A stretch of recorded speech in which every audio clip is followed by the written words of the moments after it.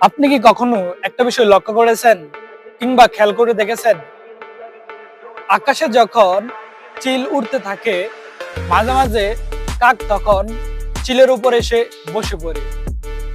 শুধু বসেই থেমে থাকে না, সে তার ঠোঁট দিয়ে চিলের মাথায় একাধিক আঘাত করতে থাকে।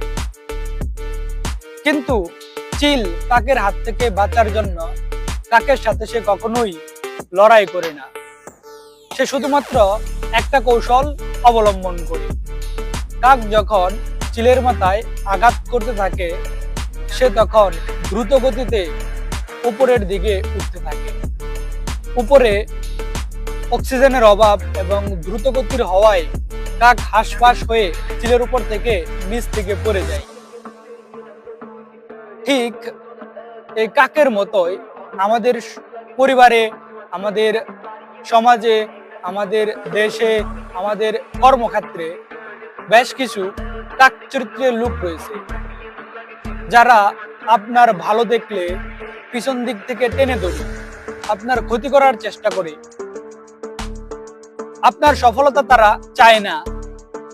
এসব ব্যক্তিদের সাথে আপনি কখনো লড়াই করে নিজের শক্তির এবং সময়ের অপচয় করবেন না।